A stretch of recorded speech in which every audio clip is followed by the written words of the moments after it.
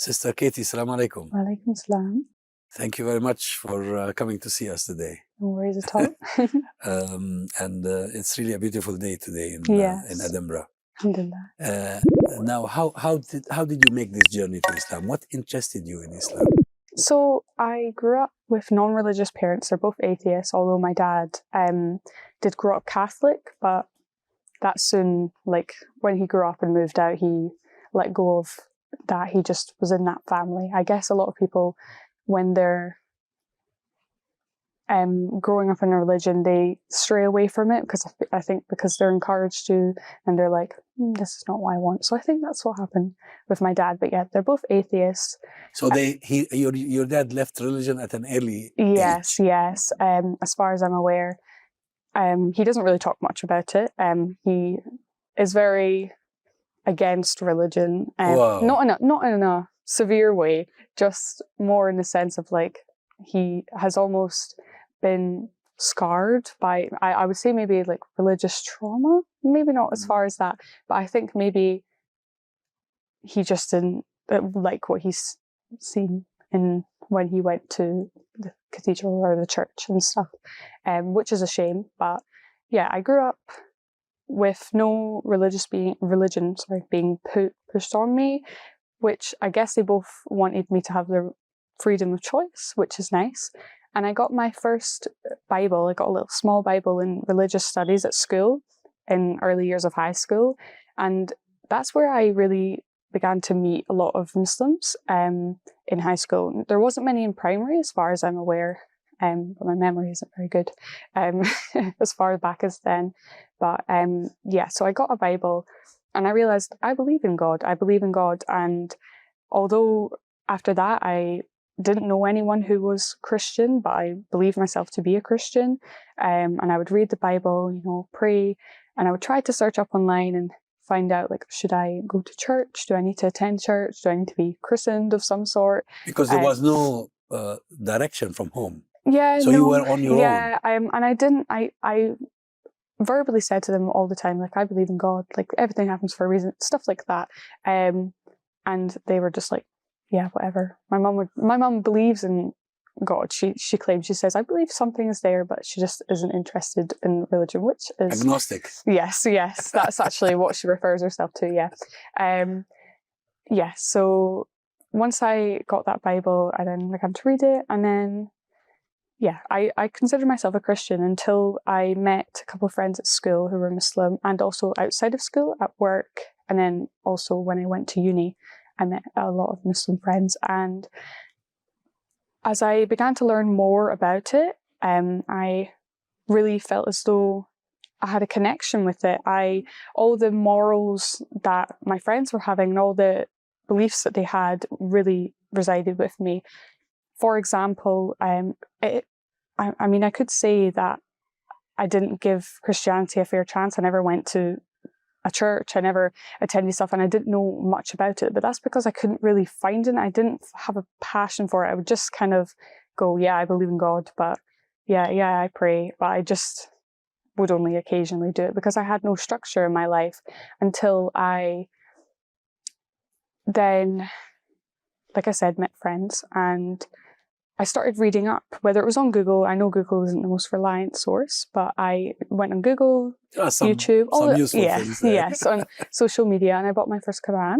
I also, over a year ago, bought my first hijab, abaya, and I was like, I want to try this. I want to give it a shot. And something that I would tell other reverts is that they should go and visit a mosque, because I didn't actually visit a mosque until I took my Shahada, and I didn't realise that is when you are a revert. So obviously you don't have family, you don't have a community that are Muslim. When you go to a mosque, there's all these people there that are waiting for you with open arms, ready to speak to you about anything. And I don't know why I didn't do that earlier. Same with my Shahada as well. I wish I just pushed myself a little bit more, but everything happens for a reason, alhamdulillah, anyway.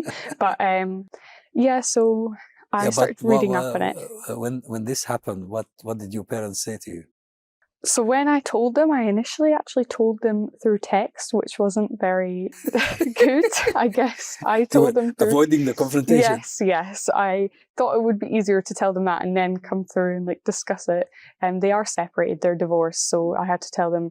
And I think my dad just ignored it. Like he knew about it, but he didn't really want to address it. He's kind of like an awkward person. But whereas my mum, I'm surprised that she was shocked, because as I was learning and reading up more about Islam, I was just coming out with these facts randomly. I'd be like, did you know that Muslims don't eat pork because of this reason? There's always a reasoning behind things. And she would be like, that's nice.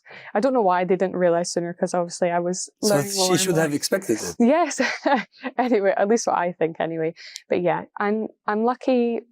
I think I do have it lucky. My parents were and are pretty supportive about it. There is times where they're like, they see me with hijab on and stuff, and they're a bit like, what's going on? Like I think they also have a lot of, because of Western media, it's got a lot of they had a lot of subconscious beliefs and stereotypes and prejudice in their head about, you know, what's portrayed in the Western media. They would be asking me, oh, you're not being forced to, are you? And I was like, no, I have not been forced or anything like that. I would just have to kind of glaze over everything and reassure them that this is completely my choice. And all my friends, they've been so amazing to me, and the community there. I remember hearing the adhan when I was in the mosque just before I took my shahada, and honestly, I felt tearful. I felt like it was so emotional for me, and it really touched me.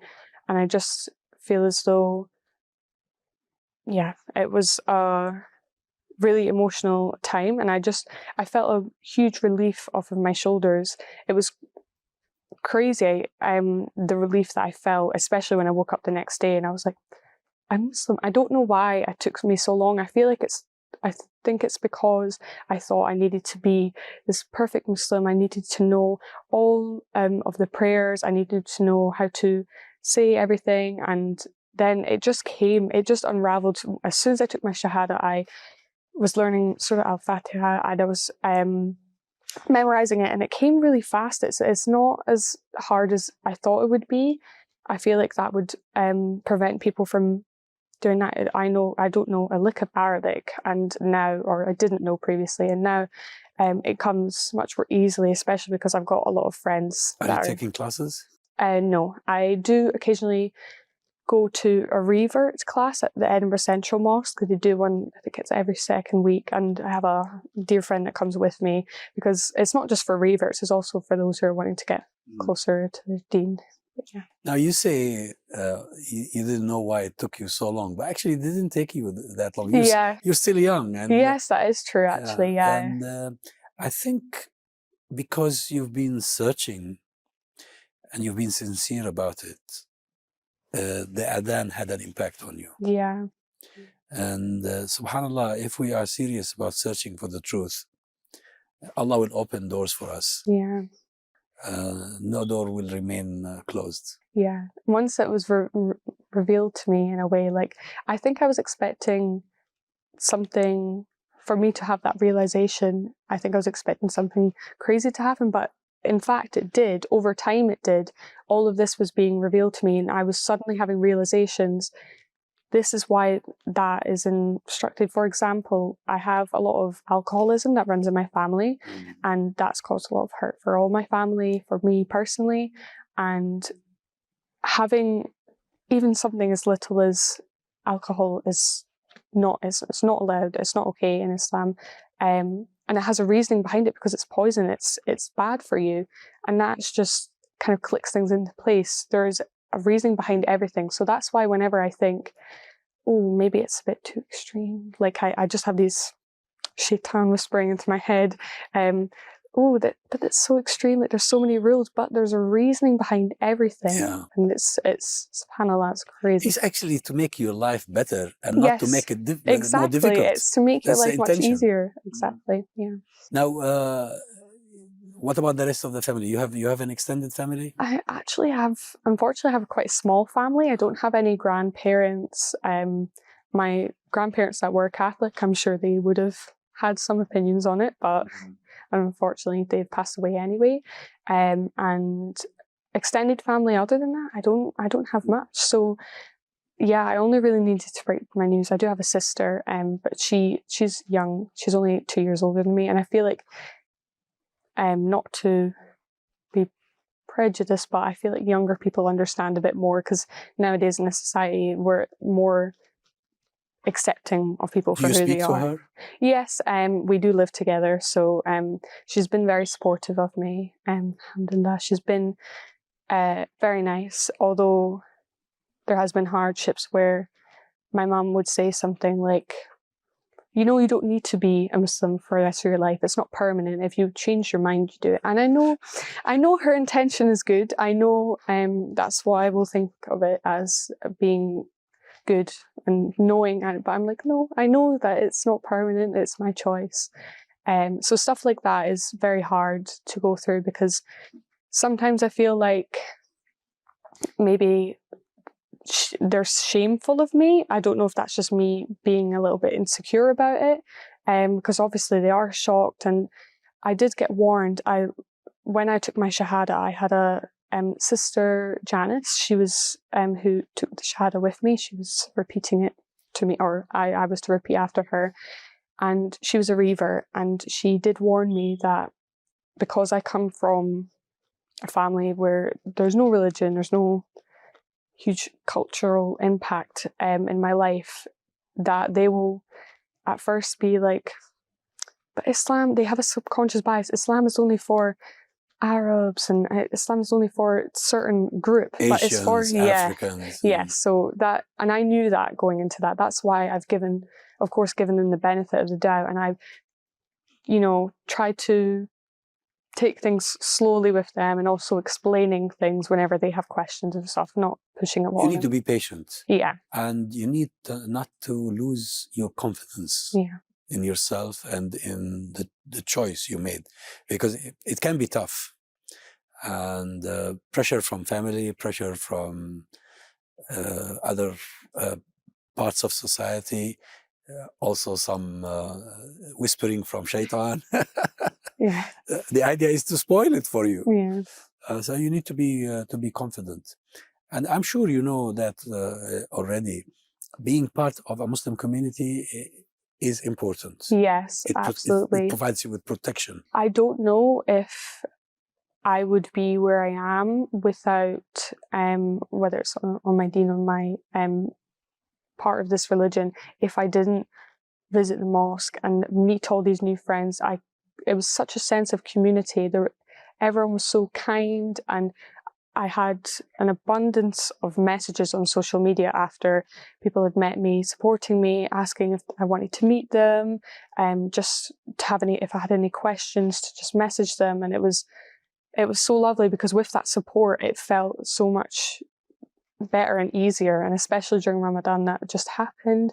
I had a lot of people invite me over into their families and into their home for iftars, and also for Eid as well, to celebrate that, because that was extremely lonely when I was just at home, because of course I'm fasting and then my family were eating through in the living room. So it was hard, but yeah, that is absolutely the most important part of someone who is wanting to revert. I think visiting a mosque and having good friends around you, that will push you to become a better Muslim as well. Well, I'm really delighted that you have such supportive surroundings, but of course, you must have heard stories, and you're probably already aware that Islam is one thing and Muslims is another. Yeah. Because sometimes Muslims give very bad image, yes, which can be counterproductive. So, yeah. So you need to always make that distinction. Yeah, keep that balance in my head. Yeah, because we are humans. I mean, we're vulnerable, we're weak, we're tempted, and we make mistakes. As the Prophet ﷺ said, "كل بني آدم خطاء وخير الخطائين التوابون." Every child of Adam is a mistake doer or a mistake maker. And the best of them are those who repent. Yeah.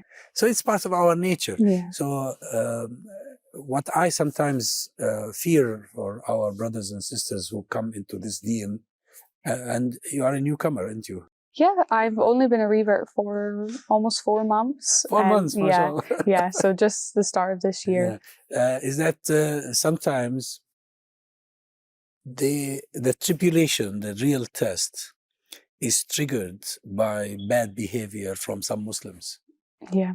And it broke my heart really to hear one sister tell me one day that there are Muslims who exploit newcomers into Islam. Yeah. But I'm glad that in your case, yeah, luckily I've really not had that experience, and I hope that I will not experience that. Inshallah, you won't. It's just you need to be aware that Shaitan has so many ways of trying to divert us and to misguide us. Now, I wonder whether you had any friends, non-Muslim friends? Yes, I do actually. And do you still have them, or? Yeah, luckily, I do feel as though we've drifted in a way, just because, you know, in Western culture, the drinking culture and the going out, especially being at university, it's but it's easy, in my opinion, because I've never really been interested or involved in that regardless. Before Islam came into my life, I wasn't interested in that anyway, for many reasons. So it's not been hard for me to give that up and, you know, avoid that.